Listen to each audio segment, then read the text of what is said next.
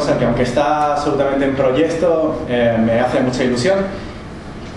Seguramente la ilusión de los nuevos que llegan a un sitio, pero en la medida en la que me podáis decir que esto no tiene futuro, antes de que le dedique más tiempo, me será muy útil. Hay quien piensa que la filosofía del lenguaje en general tiene algo que ver con la presidencia de Donald Trump y con la figura de Donald Trump. David Frank, que es un republicano que gira en The Atlantic, dice que de la figura de Donald Trump y de su presidencia, con respecto a eso se puede decir que hay muchos misterios, pero que no hay realmente ningún secreto. Lo que quiere decir con esto es que hay muchas cosas que necesitaríamos saber, porque son muy importantes y que no sabemos, pero no obstante, todas las que hemos querido saber hasta ahora las hemos sabido, porque el tipo es transparente. En ese sentido pasa, alguna gente piensa igual con la filosofía del lenguaje. En tanto hablantes competentes de un lenguaje natural, y todos estamos en este negocio, tenemos todo lo que nos hace falta para hacer teoría acerca de filosofía del lenguaje y la mejor teoría posible. Todos somos hablantes competentes, tenemos aquí una disciplina, la filosofía del lenguaje, que se construye sobre la base de las intuiciones lingüísticas de los hablantes competentes, de los lenguajes naturales, así que parece que la filosofía del lenguaje, igual que la presidencia de Donald Trump, tiene un ámbito en el que puede que haya muchos misterios, como la opacidad referencial o el significado de las descripciones definidas o lo que sea, pero no hay ningún secreto. Como quiera que haya aparentemente un misterio, vamos y miramos y nos enteramos de qué es lo que pasa. Hay un sentido en el que la actitud de la filosofía experimental del lenguaje ha sido esta, o al menos es el pequeño diagnóstico que quiero hacer antes de proponeros cómo creo que se podrían hacer las cosas de otra manera. De entrada digo, nada de lo que voy a decir en toda esta primera parte, aunque tiene pinta negativa, es una impugnación a la totalidad del trabajo dentro de la filosofía experimental del lenguaje. Yo creo que se han hecho muchas cosas, una está mucho mejor que otra, en general están muy bien y sobre todo apuntan a que hay fenómenos que necesitan explicación. Simplemente a mí lo que me interesa es por qué hemos llegado a una situación de impasse en el que hay gente a un lado de un muro y otra gente al lado de otro, y uno le dice, no, es que nosotros tenemos un fenómeno muy importante, dicen Masri y otro, y dicen Genoveva Martí, David y otros, y a nosotros que nos importa, lo que digan vuestros sujetos es irrelevante para nosotros. Y se ha llegado a una situación en la que hay una especie de diálogo encontrado donde no parece que se esté discutiendo realmente entre sí, al menos esa es mi percepción del estado de la literatura ahora mismo. Quiero proponer cómo esto se puede desbloquear prescindiendo del paradigma este de la piñeta y de la idea, lo que voy a llamar aquí, el paradigma de la situación y el cuestionario. Todos estos casos, los que se presenta una situación a alguien y esa persona luego se le hace una pregunta, cuando supuestamente ha entendido la situación que se le ha planteado. El plan, entonces, voy a hablar un pelín del programa negativo de la filosofía experimental del lenguaje, donde se da este cierto impasse, o lo que me parece a mí que es un impasse, o que puede entenderse como un impasse, y cómo se puede hacer una contribución al programa positivo en la filosofía del lenguaje. El programa positivo, todos lo saben, esta idea de que los métodos experimentales, cuantitativos, no vienen a sustituir métodos necesariamente deficientes de la filosofía tradicional, sino que lo que hacen es complementar desarrollo de la filosofía tradicional y permitirnos abordar nuevas preguntas que antes no habíamos podido abordar de manera suficientemente eficiente. Pues, lo que quiero proponeros es un ejemplo. Esto tiene truco, no tengo los datos, simplemente voy a plantear el proyecto, un ejemplo de cómo se podría llevar a cabo un proyecto de este tipo, una contribución a la filosofía experimental del lenguaje dentro del programa positivo, donde estemos libres de los sesgos que tradicionalmente se atribuyen al paradigma de la situación y el cuestionario, a costa de depender de otro tipo de datos experimentales. Luego diré exactamente cuál.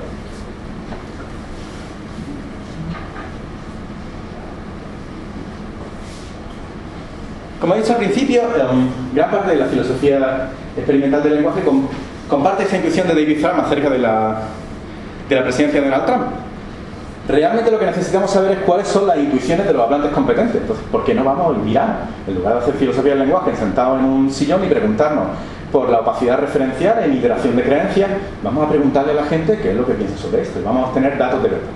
Y cuando hacen esto, cuando obtienen este tipo de datos a través de este tipo de modelos, obtienen cosas realmente curiosas. Obtienen cosas como que hay diferencias muy difíciles de explicar entre gente que está en la Universidad de Hong Kong y gente que está en la Universidad de Rutgers. Presentan cosas como esta. Este es un ejemplo del paradigma de situación cuestionario. Lo pongo entero no para torturaros, sino para que veáis simplemente a primera vista, esto yo sé que no es primera vista para vosotros, el gran número de trampas que uno ve que puede haber aquí, la gran cantidad de munición que hay para quien tenga una actitud escéptica con respecto a esto cuando se enfrenta a este tipo de casos. Supongamos que yo no aprendí en el colegio que Gödel era el hombre que probó un teorema matemático importante llamado el teorema de la incompletitud de la aritmética. A John se le dan bastante bien las matemáticas y puede reproducir de modo preciso el teorema de incompletitud, cuyo descubrimiento atribuye a Gödel. Pero eso es lo único que ha oído de Gödel. Supongamos ahora que Gödel no fue el autor de este teorema. Alguien llamado Schmidt, cuyo cuerpo se encontró en Viena en extrañas circunstancias, hace muchos años, fue realmente quien hizo el trabajo. Su amigo Gödel, de alguna forma, se hizo con el manuscrito y afirmó ser el autor del mismo, que a partir de entonces se atribuyó a Gödel. Así, él ha sido a quien se ha conocido como el hombre que probó la incompletitud de la aritmética. La mayor parte de la gente que ha oído alguna vez el nombre Gödel son como John. Que Gödel descubrió el teorema de incompletitud es lo único que alguna vez han oído de Gödel. Cuando John usa el nombre Gödel, John está hablando de A, la persona que descubrió realmente la incompletitud de las matemáticas, B, la persona que se apropió del manuscrito y se atribuyó el mérito de haber llevado a cabo el trabajo. No es en vano que no se suele medir tiempo de reacción con estas cosas. Habría que dar horas para ver si hay diferencias significativas. Estas cosas son difíciles de entender a mi juicio. No quiero pronunciarme sobre esto, acerca de si hay truco o no hay truco. Creo que se muestran cosas importantes cuando uno ve que la gente que contesta A y la gente que contesta B parecen estar más cerca de hipótesis distintas, tradicionalmente refrendadas y defendidas de la teoría de la filosofía del lenguaje, acerca de qué significan los nombres propios. Para algunos, para los referencialistas, los nombres propios refieren a un individuo. ¿Cómo tienen ese significado? Pues a veces a través de referencias, a veces por una historia causal. Para otros, los descriptivistas, los nombres propios están asociados necesariamente con conjuntos de descripciones definidas. ¿Y cuál sea la referencia de ese nombre propio? Es cualquier objeto que satisfaga ese conjunto de descripciones definidas. Estas son dos actitudes con respecto al significado de los nombres propios. Una de las cuestiones tradicionales en filosofía del lenguaje. Quienes plantean este tipo de experimentos dicen, vamos a medir si nuestras intuiciones están más del lado de los referencialistas, más del lado de los descriptivistas. Y lo que obtienen es curioso. Obtienen que los estudiantes de Rutgers son más proclives a dar respuestas referencialistas que los estudiantes de la Universidad de Hong Kong. Esto es una contribución al programa negativo en la medida en la que uno puede concluir que los métodos tradicionales para hacer filosofía del lenguaje, o sea, lo que llaman los filósofos a estar sentado en su sillón, como hice yo mi tesis, pensando en iteraciones de atribuciones de creencias y opacidad referencial. ¿Qué pasaba con casos como Marta cree, que Eugen cree que Superman puede volar? Esto se hace sentado en una silla y a lo mejor es inútil. Pero estos métodos, piensan algunos, pueden rechazarse atendiendo a este tipo de resultados bajo la idea de que sobre el terreno, cuando uno ve lo que pasa de verdad, lo que opina la gente de verdad, las preguntas que quizás tienen sentido para el filósofo no lo tienen, o no tienen tanto sentido. La pregunta acerca de la diferencia entre descriptivismo y referencialismo. Si resulta que de verdad hay una diferencia entre los estudiantes de Rutgers y los estudiantes de Hong Kong y todos son hablantes competentes en inglés, que cuando se hizo el primero de Sostén en el 2004, me parece que tienen que acomodarse de alguna manera y tienen que hacernos modificar nuestra idea acerca de cómo se hace la filosofía del lenguaje tradicional. Esto, por supuesto, pues, extremadamente debatido, los datos han mejorado, hay una serie de estudios subsiguientes que han permitido, entre otras cosas, refinar este método de escenario y cuestionario, de situación y cuestionario, para, por ejemplo, como hacen Hansen y Schemler, solventar determinados problemas que están asociados al sesgo del experimentador y a otros. Pero también se han afinado las preguntas, y así, por ejemplo, Novi y Yatsen en el 2014 ya no se preguntan directamente acerca de cosas tan gruesas como referencialismo y descriptivismo, sino acerca de asunciones que de manera más o menos implícita forman parte de alguna teoría, como el relativismo, cuando se ocupan de los de los epistémicos modales, expresiones como puede que haya sol, donde eso tiene un valor epistémico, del estilo por todo lo que yo sea hace sol fuera. La crítica más destructiva a este tipo de modelo experimental viene de gente como David, gente como Martí y gente como los doctorandos que hay en Granada haciendo la tesis sobre cuestiones de filosofía del lenguaje. Yo no hice una encuesta para esto, pero sé cuál es su reacción primera cuando ven artículos como el de Novi Yatsen. su primera reacción es: la pregunta no está bien hecha, la pregunta está seca. A veces tienen razones para eso, otras veces sus razones son peores, pero eso no me importa. Lo que importa es el tipo de actitud que están mostrando. Como David y Marty, que están expresando una actitud en contra de la idea de que sean las intuiciones. En el fondo eso es lo que hay, aparte de los dos talentos de Granada. La idea de que quiénes son estos para decirnos que las intuiciones de la gente simplemente... O sea, cuando a mí me cuesta tanto ponerme en situación para tener este tipo de intuiciones, cuando a mí me cuesta horas leer el libro de Kripke para llegar a un punto en el que veo con claridad cuáles son las intuiciones que hay asociadas a esta teoría, ¿por qué de repente debería tener en cuenta las opiniones de toda esta gente a las que les acabo de presentar un caso que difícilmente van a comprender? De nuevo, esto no es un diagnóstico que tenga como conclusión, por lo tanto, lo que hace Magee y otro está mal. Eso no es lo que quiero decir. Lo que hacen ofrece resultados significativos acerca de un fenómeno o de varios fenómenos, ni tampoco que lo que otros dicen esté necesariamente mal. Simplemente me parece que hay un tipo de impasse que es difícil de solventar y en el que hay gente gritándose desde cada lado de un muro sin que esto nos lleve muy allá. Parte de lo que motiva esta situación, a mi entender, es que hay un problema para distinguir entre estos dos tipos de intuiciones. Intuiciones teóricas de hablantes competentes de un lenguaje natural e intuiciones de los hablantes competentes competentes de un lenguaje natural que son relevantes para la teoría. Me parece que este tipo de cosas son difíciles de distinguir. Piensan David y Martín y otros que lo que piensen simplemente por ser hablantes competentes acerca de cuál es la mejor teoría es irrelevante, porque ellos no están formados para tener el tipo de intuiciones teóricas que tiene un filósofo. Sin embargo, si estas son irrelevantes y no sabemos bien cómo se distinguen esas de las intuiciones de los hablantes competentes que son relevantes para la teoría, pues uno tiene un problema desde el punto de vista de esta gente y desde el punto de vista de otros que se enfrentan a este tipo de casos. De nuevo, esto no quiere decir que uno lo haga bien y otros mal, es mi punto de vista acerca de por qué puede darse un tipo de impasse. Y ahora viene alguna idea acerca de cómo este tipo de impasse se pueden rodear.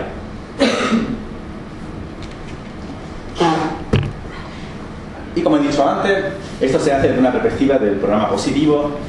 La idea no es sustituir los métodos tradicionales de la filosofía del lenguaje, sino complementar algunos de ellos en concreto, sentarse encima de años y años de reflexión teórica acerca de un fenómeno como el del desacuerdo, en el caso del que voy a presentar, y pensar en cómo los métodos cuantitativos nos ayudan a entender determinados fenómenos mejor.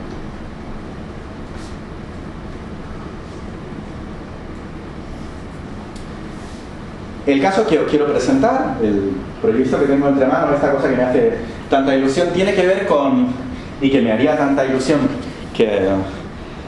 con respecto a lo cual me haría tanta ilusión que me dijera que no os sirve de nada para que si no le dedicara más tiempo, tiene que ver con la relación que hay entre el desacuerdo y la coordinación. En la mayor parte de los estudios en epistemología acerca del desacuerdo se parte de la idea de que lo importante es pensar qué hacemos cuando sabemos que estamos ante un desacuerdo. Dentro de la filosofía del lenguaje la perspectiva ha sido un pelín diferente. La perspectiva ha sido cómo sabemos que estamos ante este tipo de desacuerdo en particular. Y para eso se han dado una serie de criterios y se lleva estudiando esto al menos desde los 80, con nociones que se retrotraen a Wittgenstein y que tienen algunas pequeñas diferencias en las que luego entraré muy sucintamente. Dentro de la discusión acerca del desacuerdo en filosofía del lenguaje, pero también en ciencias políticas, existe la discusión acerca de si el desacuerdo promueve o disminuye la posibilidad de coordinación. Por esto se entiende, al menos vamos a entender aquí, si el desacuerdo hace que las creencias de un grupo se polaricen o el desacuerdo hace que las creencias de un grupo se vuelvan menos bipartisanas y por tanto hace a los sujetos que están en el desacuerdo más proclives a tomar una decisión conjunta consensual. Esta es la división de opiniones. Y hay un poco de todo. Dentro de la discusión en filosofía del lenguaje sobre predicados de gusto, pues está el reciente doctor por la Universidad de Granada, David Bordonat, que piensa que no solo el acuerdo lo que facilita la coordinación, sino que también el desacuerdo. Y es una tradición que viene desde Hume. En cuestiones morales, en cuestiones de gusto, en cuestiones estéticas, nosotros nos educamos exponiéndonos a las razones del otro, y exponernos a las razones de los otros nos hace menos partisanos, nos hace menos soldados de nuestra propia posición y nos hace más proclives a tomar decisiones conjuntas llegado el caso. Hay quien piensa, sin embargo, que por secos que tienen que ver con el seco de afirmación y con otros, exponerme a más discusión acerca del mismo tema lo único que hace es que yo me atrinche más en mi posición radical y me hace menos susceptible de llegar a una toma de decisión consensuada cuando esta se requiere. Hay quien piensa que sí, que el desacuerdo promueve la coordinación, y hay quien piensa que no. La asunción de este protoproyecto es que la polarización de actitudes disminuye la probabilidad de que se tome una decisión conjunta ante un conflicto, que disminuye la coordinación. No me voy a preguntar directamente por la coordinación, sino por la polarización de actitudes. En concreto, por polarización de actitudes vamos a entender lo que Ramson y otros llaman distintividad y divergencia grupal, procesos en los que las actitudes se separan claramente en dos grupos y esos grupos se sitúan en los polos de un espectro. En nuestro caso va a ser el espectro de ideología política. Las hipótesis que tenemos son las siguientes. La confusión entre distintos tipos de desacuerdo está correlacionada con la polarización de actitudes. Luego voy a decir qué es esto de la confusión entre distintos tipos de desacuerdo. Y la hipótesis 2 es que es posible distinguir a través de métodos cuantitativos, estudiados con la ayuda de un calculador, entre distintos tipos de desacuerdo. Una confusión entre tipos de desacuerdo es una situación en la que hay al menos dos partes en conflicto y cada una de las partes da signos razonablemente inequívocos de que entienden el tipo de conflicto ante el que están de manera diferente, de manera significativamente distinta. Significativamente distinto quiere aquí decir que no caen bajo la misma categoría de desacuerdo. Y el tipo de desacuerdo sobre el que nos preguntamos pues son desacuerdos profundos, desacuerdos normativos conceptuales, desacuerdos legales que pueden ser empíricos, teóricos, normativos, etc. Esta lista está un pelín abierta porque depende de los resultados que podamos ir obteniendo. Una vez que miremos al corpus. La intuición básica es la siguiente.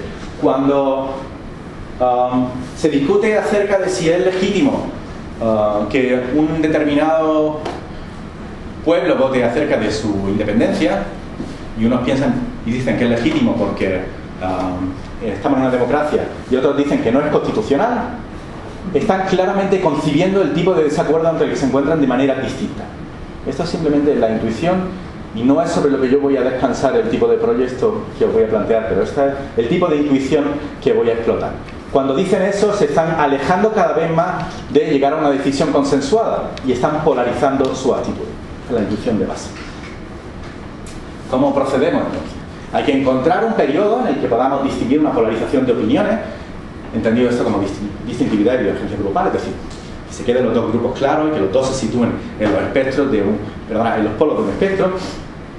Y luego nos hace falta encontrar un ámbito de discurso público suficientemente representativo en el que poder buscar confusiones de este tipo. Las confusiones entre tipos de desacuerdo las vamos a mirar sobre un corpus, pero no puede ser un corpus de cualquier cosa, ¿no? Hace falta un corpus de algo que sea suficientemente representativo como para que uno pueda esperar que existe una correlación entre una confusión sistemática entre tipos de desacuerdo y una polarización de la opinión. Hace falta, por tanto, un periodo en el que se vea claramente polarización de opiniones y un trozo de discurso suficientemente representativo en el que podamos mirar este tipo de fenómenos.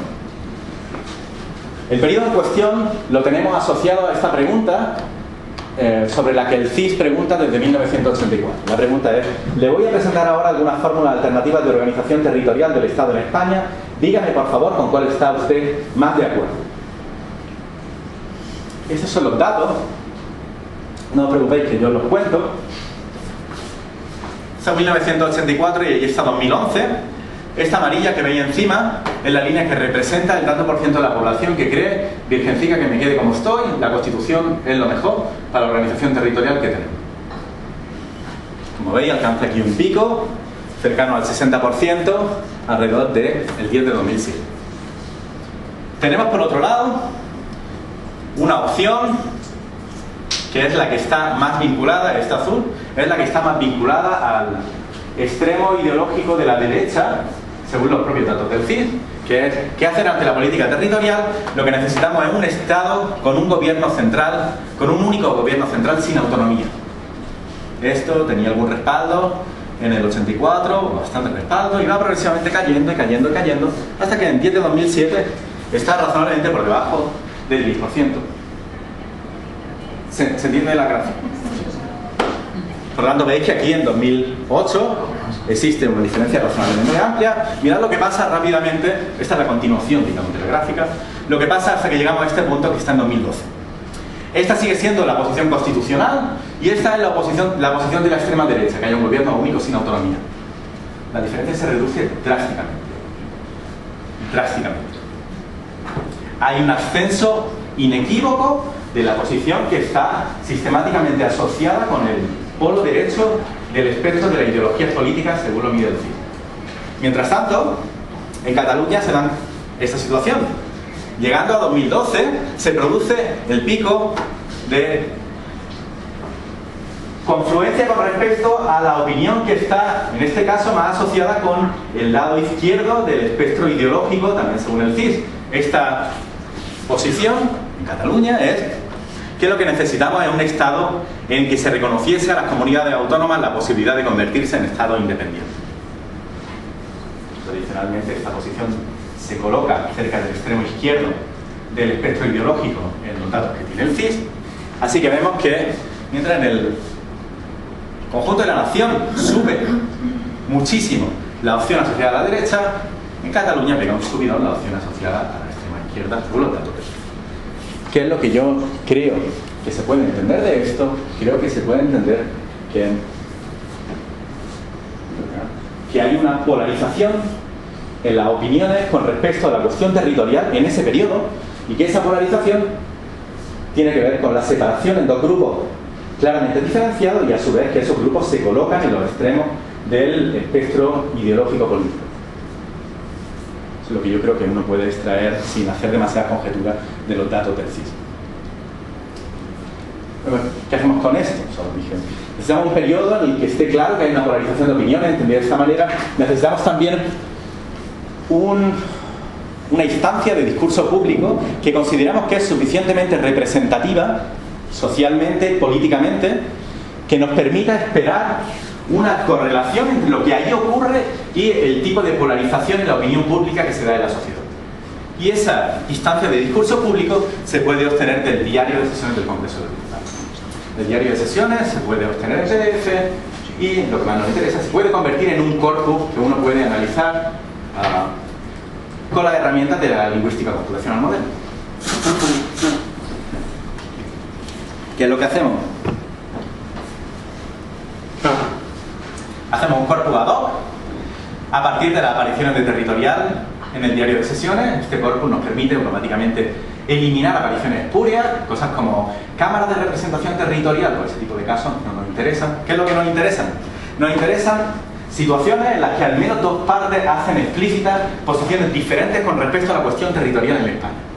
Estas son las situaciones que nos interesan. Vamos a coger desde el 2004 al 2016, esta es la idea, para tener un periodo de estabilidad, el periodo crítico de polarización de opiniones y otro periodo de estabilidad posterior. Tenemos, por lo tanto, una colección de situaciones reales en las que hay una parte que dice algo y otra parte que expresa una opinión claramente distinta acerca del mismo tema. A continuación, lo que hacemos es, dentro del catálogo de tipos de desacuerdo diferentes que tenemos, seleccionamos algunos casos que nos parezcan especialmente paradigmáticos de estos tipos de desacuerdos. De desacuerdos profundos, de desacuerdos no directamente factuales, casos que nos parezcan razonablemente paradigmáticos. Y lo que hacemos es empezar a preguntarnos por rasgos. Ya no estamos en la posición del filósofo del lenguaje, que tenía una historia contrafactual para distinguir esto, que le había puesto encima de 30, 35 años de teoría, donde estos casos de desacuerdo se distinguían haciéndote preguntas acerca de qué pasaría si tal y cual cosa. Ves el desacuerdo y te preguntas, ¿pero qué pasa si las partes hacen explícitos sus estándares? ¿Continuaría el desacuerdo, sí o no? ¿En qué condiciones? No se tiene que hacer esta tarea de sofá dentro de cómo se ha desarrollado esta parte de la disciplina de la filosofía del lenguaje. Lo que nosotros proponemos es hacer algo distinto, que es pensar en qué tipo de rasgos que se pueden buscar automáticamente pueden llegar a caracterizar estos tipos de desacuerdos diferentes. Y no es difícil imaginarse unos cuantos, pero nosotros en cualquier caso no vamos a necesitar imaginarnos mucho, porque la idea es coger casos paradigmáticos, llegar a estos casos paradigmáticos por el método tradicional, el método contrafactual, y una vez que los tengamos delante, preguntarnos por el tipo de rasgos que se pueden buscar automáticamente dentro de un corpus. Estos rasgos son del estilo: Presencia significativamente superior de términos asociados con un campo semántico particular.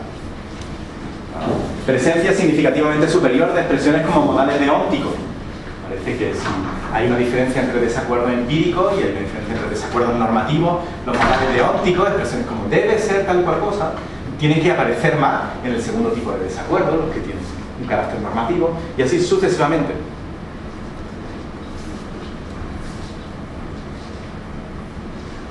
A continuación, nos preguntamos si existen diferencias significativas entre el número de confusiones con respecto a los tipos de desacuerdo en el periodo 2007-2012, que es el periodo de polarización de opiniones, el periodo inmediatamente anterior y el periodo inmediatamente posterior.